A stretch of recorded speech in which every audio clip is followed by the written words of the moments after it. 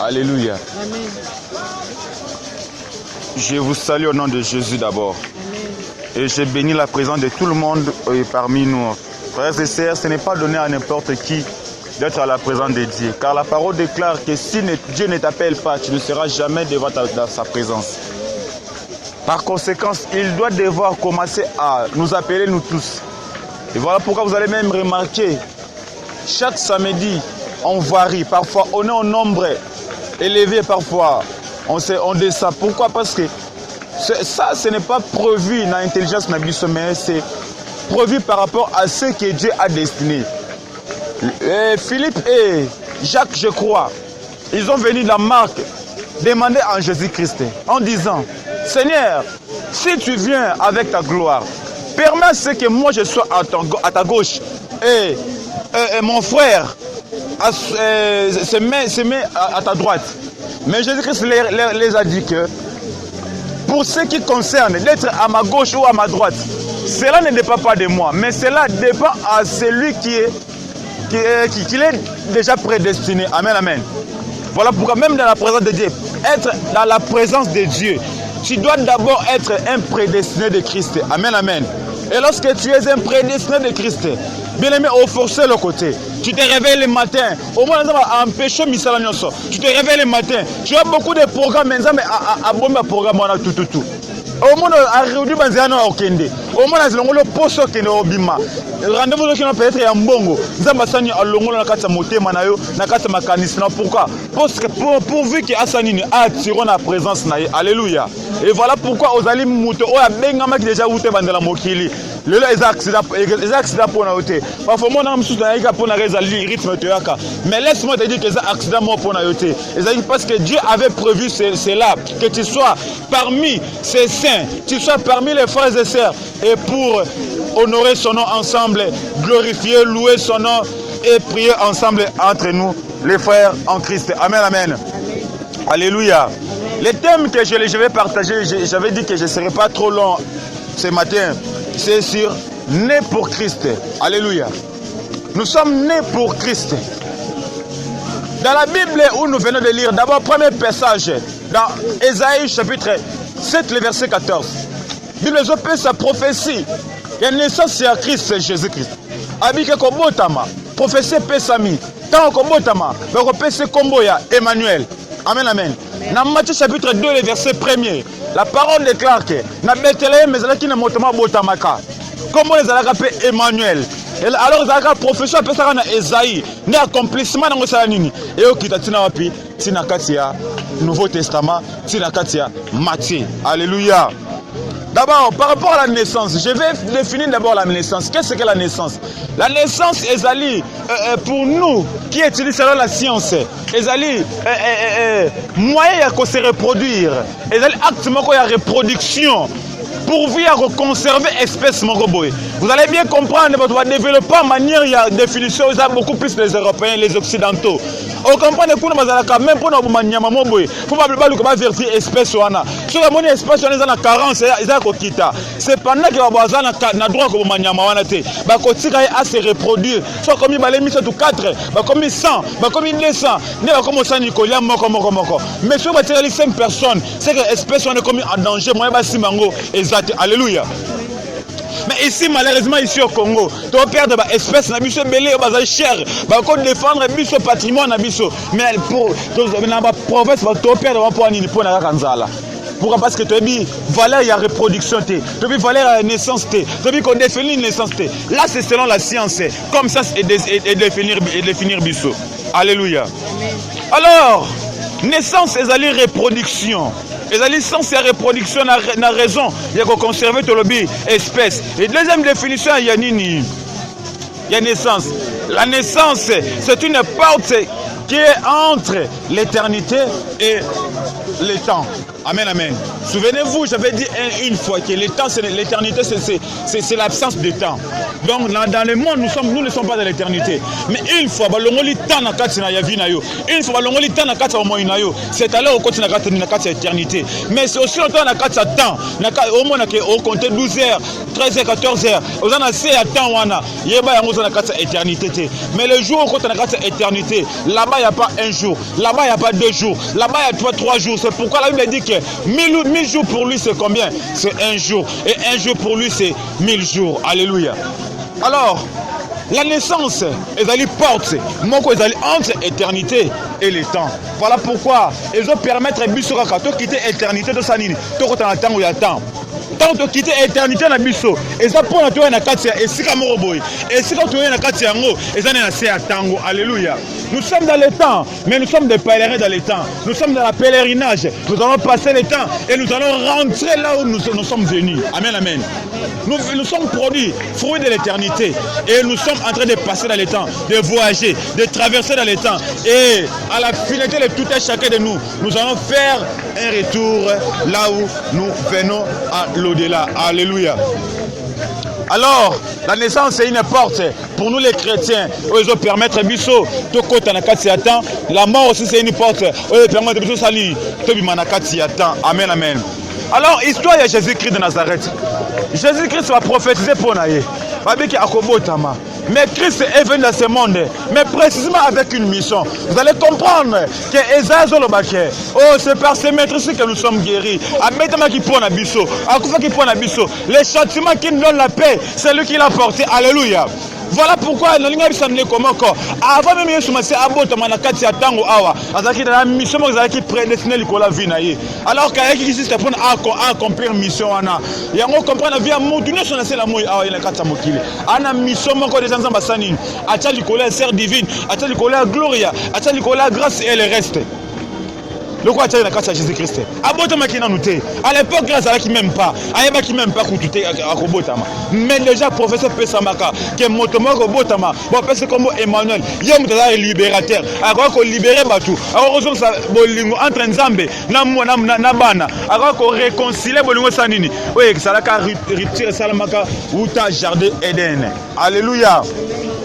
Et lorsque Jésus-Christ est dans le monde, esprit derrière et accompagné. Voilà pourquoi Motonio Sabota Manakata Mokil Awa. Ozaka na mission raté. Mais derrière mission wana, ezaka na esprit oyaka posanini et accompagné au réaliser mission wana, accomplir mission à pesio wana.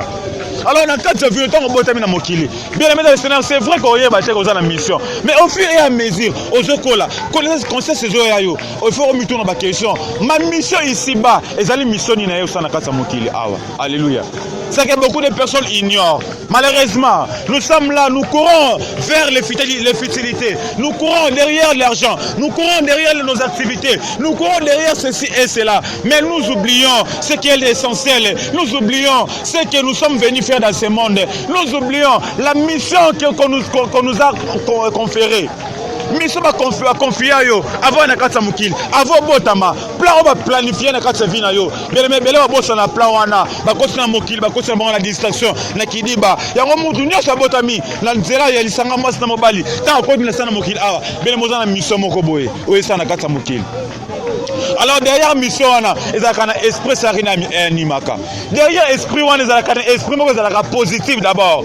Comme Jésus-Christ avec na nini na esprit moko ezaka positif. Vous allez comprendre les gens au bazaka na mission moko ya munana kata mokili ba combattre bango. Naissance de Jésus-Christ en Botami, le roi Hérode a voulu les tuer. Et voilà pourquoi ba victime na cause de la naissance de Jésus-Christ. Ba na les belé. Pourquoi? Parce que bayamaki mutumaz na mission makase. Alors vu que menace qui a kufa, ba tebele basanini, ba kufi, mais azaki na mission salari nini, akufa kité. Voilà pourquoi jour botamaka, ba misaka épidémie, ya maladie moko boye, bana ba kufa ka ebele mais ozala ko kufa raté. Na maladie wana zwaka yo PM susu, mais o échappé kufa raté. Pourquoi? Parce que nous avons préservé nos vies pour accomplir mission mo ratina ko na kata mokili. Alléluia. Combien de personnes de Corona Bango, comme l'âge à 5 ans, épidémie bimi, batterie la Koufi. Combien de personnes à Rana Bango, comme le 2020-2021, coronavirus et bimi, Bango Koufi, maintenant tu Koufi. Pourquoi? C'est parce que, ils ont le l'époque où il y a Hérode, mon père était l'ami, et je m'en bats dans le Samibal, mais l'attend à Yesumasia, et raté. Le quoi la couronne était le maquis, et je battu sur la scène à moi, il m'a eu Sani, et raté. Mon père Hérode est raté qui Jésus, pourquoi? Parce que Jésus avait une mission à accomplir. Alléluia. Les gens la corona peut rater. Pourquoi? Parce que c'est une mission il faut accomplir. Alors quelle est ta mission que tu dois accomplir ici-bas? Alors derrière une mission, il y a un esprit. Oui, c'est la mission doit accomplir une mission. Alors parmi les esprits là, il y a un esprit positif. Vous allez même comprendre que tant que Moïse, d'abord entre parenthèses, Moïse, tant on a voulu le tuer. Mais moi ça qui échappé. Et on a déclaré la tombe le local la musala nzambe. Que malgré au pas un côté le ma. Au son ta mission dans la carte ville ko saminante et ko raté pe vina yo. Et ko za na carte libota et ko za na carte quartier. Maintenant comme na carte ndako na bino et ko échappé bino au nom de Jésus de Nazareth. Alors l'esprit positif ne permettant Jésus et protéger et tambousailler et que ne consacre ce misala jusqu'à ce qu'il accomplir mission qui n'a pas de mokili. Mais parmi les esprits là, il y a encore un esprit négatif. Esprit négatif c'est esprit satanique, esprit diabolique. Ouais ça la kawana toujours autre bota mana ngobisino ça. Mais je vais te décourager te disant que n'importe bota ma bobisino ça mutu mota bota mana esprit positif. Oui, c'est bien bota mana vision. Ça je n'en disconviens pas. Mais quand tu as un esprit esprit négatif, tu vas bien comprendre pourquoi on dit parce que c'est ainsi qu'on est dans le et pendant ce temps-là, quel est l'esprit qui est dirigé? C'était l'esprit négatif là. Pendant Tindayo, Kende, Kosa, Kende, Yiba, Kende, Salaboy, et tu n'as pas pratiquement ma baie, Kende Salamasumu, et tu n'as pas pratiquement ma baie. Et ça, esprit négatif. Vous allez avoir pour empêcher Musso de accomplir Musso et on doit attirer Musso quand c'est mon kill. Amen, amen. Et l'esprit négatif là, et je combattre ma chrétien belle tilelo. Tu vas te miner yango. Toko la yango. Esprit on les a dit race, et nature adamique. Là je me réserve beaucoup plus parce que ça nous on a partagé la formation. Mais il faut savoir que moi tu m'as qu'à esprit mon négatif. Ouais tinda kayo oza na kata perversion. Ouais pour ça il faut na kata immoralité. Ouais pour ça il faut na kata fidélité. Ouais pour ça il faut na kata distraction. Il y a des règlements. Il y a oza lokola ensemble. Alléluia. Amen amen. Et lorsque tu es poussé par cet esprit-là, voilà pourquoi toute ta vie, au cas moyen, au bang en zambété, au bang en zambété, au cas moyen, au réussir la vie, au réussir vite. Et sur un esprit, bien aimé le Seigneur, laisse-moi te dire que on a toujours les malheureux, malheureusement en Bongo, on a l'homme le plus malheureux, la femme le plus malheureuse ici-bas. Mais ce qui est important pour nous les enfants de Dieu, la Bible dit, il n'y a maintenant aucune condamnation pour tous ceux qui sont en Jésus-Christ. Alléluia. Mais pourquoi la Bible dit ça? Qu'il n'y a donc maintenant aucune condamnation. C'est parce qu'autrefois, on a la condamnation esprit négatif. On a tambousa, on a manipulé, on a traité ma bé, on a conduire, on a diriger, on a contrôler vie. Mais lorsqu'on dit Jésus comme Seigneur et Sauveur, la parole déclare que maintenant là, condamnation entre moto animé comme Seigneur et Sauveur. Aussi longtemps on y met le corps Seigneur et Sauveur. C'est alors qu'on comme nouvelle créature. Alléluia. Mais la nouvelle créature est la nouvelle naissance. Voilà pourquoi Nicodème a tenu Soumassia. Alors il y a une question à l'ibou, maman la biso. Il y a une question à l'ibou. Pourquoi n'a pas Mayasika? Il y a sur le billet. Non. Et ça question que ne cocotte sur l'ibou maman maté. Au bout de ma marine balété. Bien le Seigneur la naissance. Et ça lui porte mon corps. Et que c'est un mission. Voilà pourquoi la naissance c'est maman. Ouais botayo. Bien le Seigneur c'est matériel beaucoup plus dans la côté. Mais je m'attelle beaucoup plus la naissance chrétienne. Ouais le la mission la carte à vie à Mokili. La carte à vie à Masumu. Bien le Seigneur et permettant mission de compte la carte à vie mon robo à Bosato pour accomplir mission mon robo na moyi. Alléluia. Est-ce que quelqu'un me comprend ce matin? Et vous allez comprendre. Tant que Jésus que soit bien. Oye abotami na nzoto. Eza nini? Ya nzoto. Oye abotami ya molimo za pe ya molimo. Ce qui est né de la chair est chair, mais ce qui est né de l'esprit est aussi esprit. Bien aimé de le Seigneur en ce moment, Non, c'est matériel beaucoup plus en naissance au salama en zoloté. Il y a mosunité. Mais je m'attelle beaucoup plus dans naissance au salama ya molimo. Oh yamba yesu masia. La parole déclare à tous qui l'ont reçu, il les a donné le pouvoir de devenir enfants de Dieu. Bien aimé obotamaka nakata masumu ozalaka mosumu ki. Mais lorsque yamba yesu masia comme Seigneur et Sauveur, nouvelle naissance wana ne permettra yo au kota nakata communion na Nzambe. Oh c'est communier et le ngona Nzambe wana au kota nakata mission na ye. Obana ko sela maintenant là, il faut comprendre quelle est ta mission au Nzamba Tinayo, na sena mokili, na sena tango. Amen, amen. Je m'excuse s'il vous plaît. Vers 500.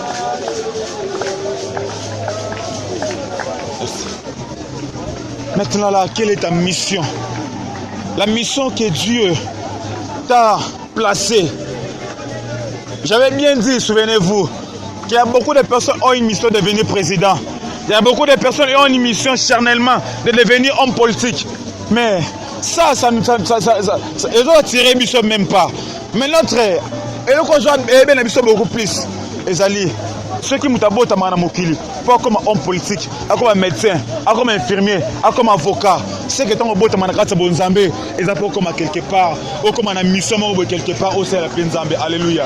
Voilà pourquoi ta mission dans la vie chrétienne, c'est d'abord les servir. Ta mission dans la vie chrétienne, c'est aussi les craindre. Ta mission dans la vie chrétienne, c'est aussi l'adorer. Maintenant, parmi ces missions-là, est-ce qu'on remplit ça?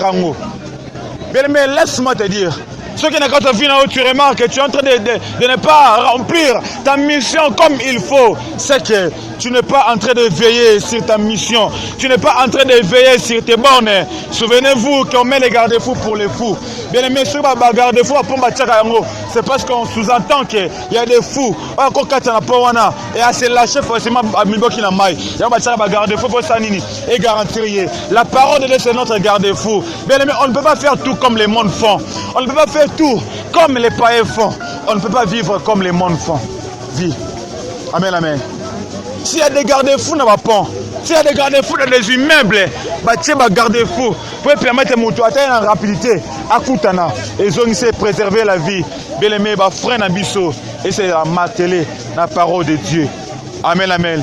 Alors, mission à yo. Aujourd'hui, le monde, ils ont permis de remplir mission. Pourquoi? Parce que présenter au Misala, parce que présenter au Bongo, parce que présenter aux études, et présenter au COP, et présenter l'activité à faire. Le monde ne te donnera pas la chance de craindre Dieu. Je répète, le monde ne te donnera jamais la chance d'obéir à la parole. Le monde ne te donnera jamais la chance de servir Dieu. Voilà pourquoi notre frère même, qui vient d'être converti, le frère Grâce, une fois mis Bible, on a reconnu prière. Les gens l'ont dit, oh, il peut communiquer dans ma biloko. Mais c'est ça le monde. Bazawana toujours. Mais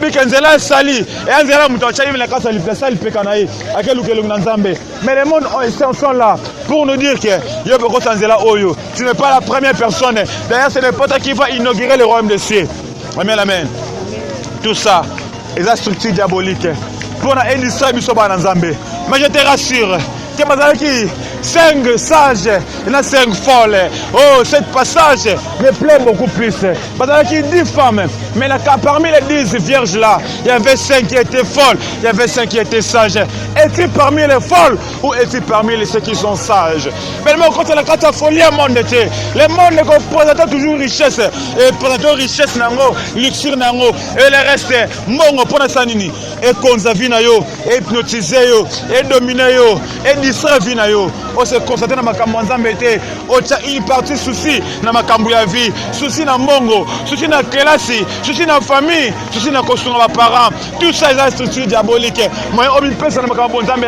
Souvenez-vous que tu as une mission, que tu as été né en Christ pour accomplir une mission. Parmi tes missions, c'est de craindre Dieu, la sainteté. Parmi tes missions, c'est d'obéir à sa parole. Parmi ces missions où tu es appelé, c'est aussi les servir, l'adorer aussi. Mais aujourd'hui, on a du mal à combattre. Pourquoi? Parce que ton travail t'empêche. On a du mal à combattre. Pourquoi? Tes études t'empêchent. Même si on dit qu'on a utilisé cette fois-ci, mais enfin tu vas tricher. Cette fois-ci, mais enfin tu vas mentir. Pourquoi? Parce que tout ça, ce sont l'évangélisation diabolique pour permettre à remplir mission où tu es appelé. Bien-aimé, si nous naissons dans ce monde pour devenir quelqu'un utile dans la société, sachons-le que dans le christianisme, nous naissons pour devenir aussi utile pour le royaume des cieux. Est-ce que tu es utile pour le royaume? Est-ce que tu es utile? La question dont tu vas te poser jour et nuit, est-ce que moi, Gloria, je suis utile pour le royaume des cieux? Est-ce que moi, divine, j'ai mérité pour être sélectionné parmi ceux qui sont utiles dans le royaume? Alléluia. Alléluia. Bien-aimé dans le Seigneur, j'ai une histoire qui est un peu courte. Une histoire vraie qui a été passée aux années 99. Mais c'était une fille qui s'appelait au nom de Rachel Scott. Elle était américaine. Mais le monde n'a pas donné chance. Il y a qu'à remplir mission de la Mokili. Mais cette fille-là, elle a perdu sa vie à l'âge de 15-16 ans. À l'âge de 16 ans, lorsqu'elle a fêté l'anniversaire, elle a 17 ans. Mais le mestre alors qu'elle a Rachel Wana a perdu la vie dans les États-Unis. La fille là avait une mission. Elle au moins avait compris que Vinanga, je ne suis pas né comme tout le monde. Et je n'ai pas fait, je ne suis pas digne de faire tout comme tout le monde aussi. Abikenga, à mon époque, il faut impacter le monde. Abikenga, à l'époque, il faut approcher la parole de Dieu. Alors qui mineur, alors qui m'colle la mission de quoi on va ajouter. Même pas 20 ans. Moi, je suis engagé dans la parole de Nzambe. Pourquoi? Parce que je n'ai pas mis pour l'hôtel de Nzambe. Et la fille là, avant l'hôtel de Nzambe, partout dans le lycée, je suis en partager la parole de Dieu. Est-ce que sœur, est-ce que frère, au compte de sa vie, pas Nzambe, bien aimé.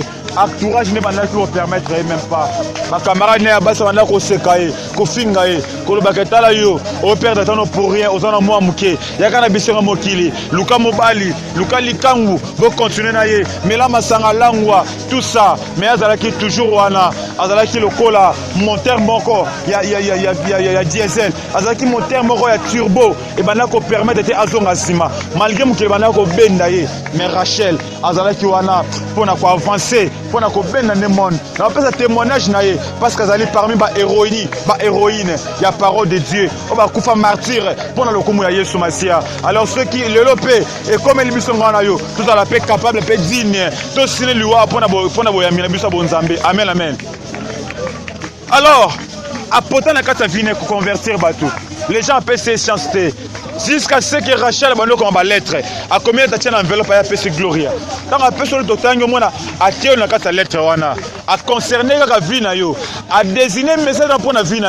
A tangué la comment on a carte. M. Sotangina comme parent. A combien de lettres on a appelé divine. A combien de lettres appelé ça Kabol partout. Et c'est comme ça qu'on se convertit malin. Pourquoi? Parce que dans mon nom, qu'on soit là, on pété, on minimise.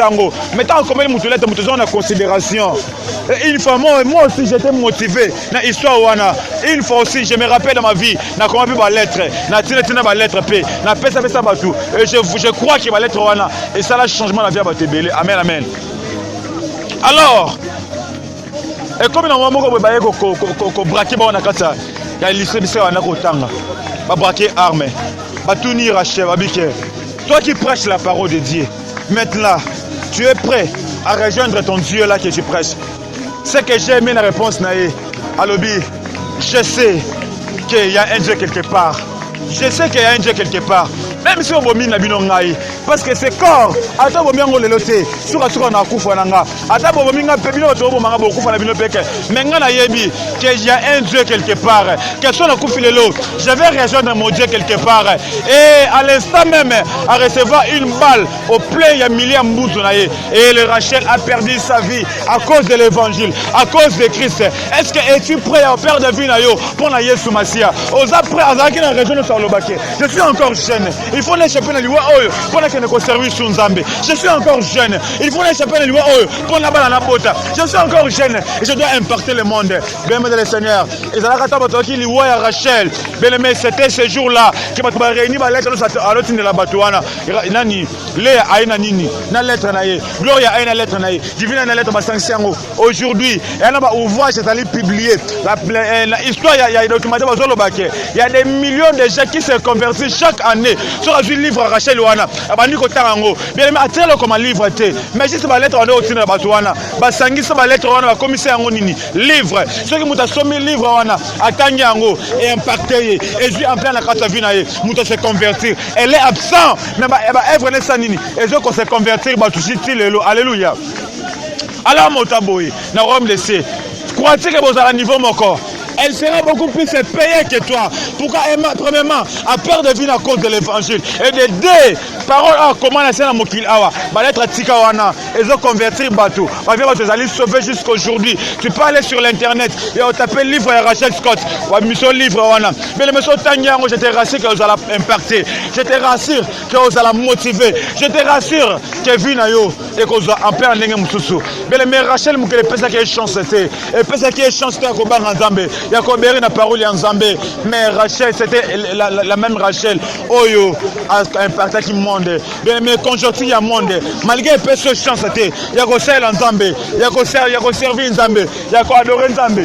Parfois, Nzala, parfois, Kozanga, parfois, Piaga, parfois, souci à vie et permettre de. Mais moi, je t'encourage. Il y a qu'on continue, au persévérer, au percer. Dans la mission, on a personne dans Mokil Awa. Parmi les missions là, il y a qu'on adorer, il y a qu'on bangayer, il y a qu'on servir, percer, quelque chose conjoncture. Attends, Moussala, et empêcher au thé. Quel est Sinayo, et empêcher au thé. Famille Nayo, et empêcher au thé. Mbongo Nayo, et empêcher au thé. Mpiaka Nayo, pauvreté Nayo. Et là, comme mon côté, car la porte à porte dit que rien ne me séparera de l'amour de Dieu manifesté en Jésus-Christ.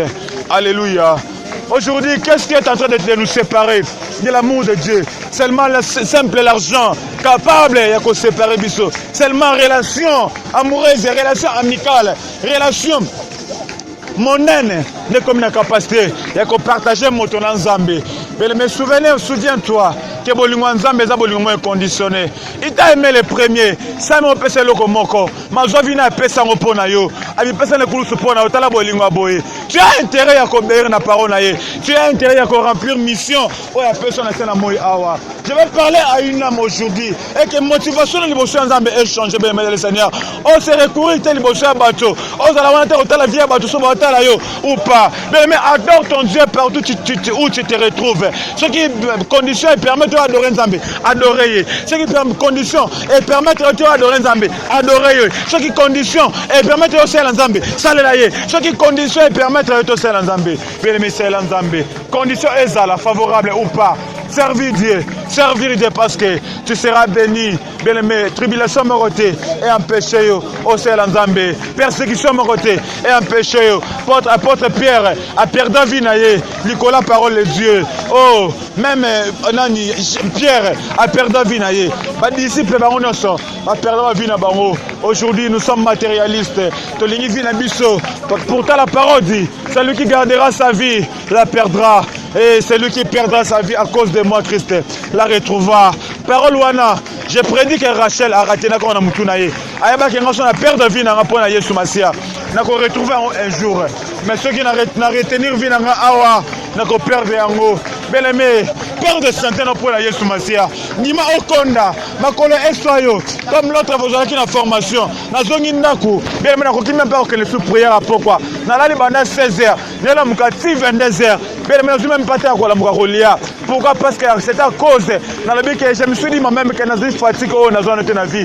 C'est parfois arrivé à un atelier, je suis fatigué. Arrivé à modéré, je suis fatigué. Mais fatigué à la formation, c'est à cause de l'évangile de Dieu. C'est le jour là, qui pongi, qui fatigue, courage de silinga dans autres. Santé c'est à cause de l'évangile. J'avais perdu mon énergie pour gagner une couronne quelque part. J'ai une récompense qui est encaissée ce jour-là. Et je crois que nous sommes salaka et qu'il n'a qu'à inventer. Perdre des transports aujourd'hui, bien aimé, on retrouve le royaume des cieux. Pour l'évangile, perdre le temps na yo, au balo ba ke Satan na Zamba, au vie chaque samedi, kolamka, koyaka Zamba, à cause de l'évangile de Christ. Bien aimé le Seigneur, un jour vous retrouvez en haut. Voilà pourquoi je t'encourage. Bien aimé, toi qui marches dans la vie chrétienne, d'obéir à la parole de Dieu et de craindre Dieu. Mais je te décourage s'il y a un péché, où est lié, Ils ont permis aux personnes à christianisme. Il y a d'autres péchés qui n'ont qu'un jeûne et prière. Il y en a d'autres par la confession du péché. Bien Luka frère, ton sœur moi dans la confiance naïe. Bien Kende, fongola motema. Loba, prononcez loba qui est mon frère, ma sœur. Jusqu'à là, on comprend la faiblesse haute. Voilà pourquoi la vie n'a comment mener. Na boya minanga simba souté. Concordance c'est souté. Et permettre à la focaliser focus sur na boya minanga christianisme. Bien le Seigneur, fongola motema. Et lorsque tu confesses tes péchés, bien l'humilité précède la gloire. Mais l'orgueil précède la chute. Bien mais ce comme il quitte sinama otombo la yo. Ndo mona kozana triomphe. Likola péché wana. Okolongo yango. Bien mais fais tout ton mieux pour obéir à la parole et pour craindre de marcher dans la sainteté. Ainsi tu vas accomplir la mission. Et pour clôturer, bien aimé, la seule chose, c'est l'Esprit de Dieu en toi. Voilà, chaque fois, c'est un molimo dans Zambé et Tambusakayo. Remets-toi à Dieu parce que c'est lui qui est capable de contrôler la vie. Il y a Tambusa vie. Mais la maison, sa faiblesse, c'est pas en Zambé. Ma poisson n'est pas en Zambé. Pessenga na ya pesero makasi. En fait, que au Tambusa vie. Ainsi dit l'Éternel, que Dieu vous bénisse abondamment. Je disais que Dieu vous bénisse abondamment. Bien-aimé, Dieu t'a parlé ce matin. Dieu t'a parlé ce matin au travers de sa parole. Bien-aimé le Seigneur, je ne sais pas où tu es. Tu es parmi ceux qui sont folles. Tu es parmi ou tu es parmi ceux qui sont sages. Tu es parmi ceux qui sont sans foutistes ou tu es parmi ceux qui sont appelés de Dieu. Ce matin, la parole est humilité. Comme il te va en Zambé. Je vais en Zambé. Je comprends que dans un bon temps, je Zambé pour la mission. Malgré que favoriser la vie et favoriser la tâche et rendre la tâche facile. Mais je vais te servir. Alors, la Seigneur, pardon d'abord. La vie n'a pas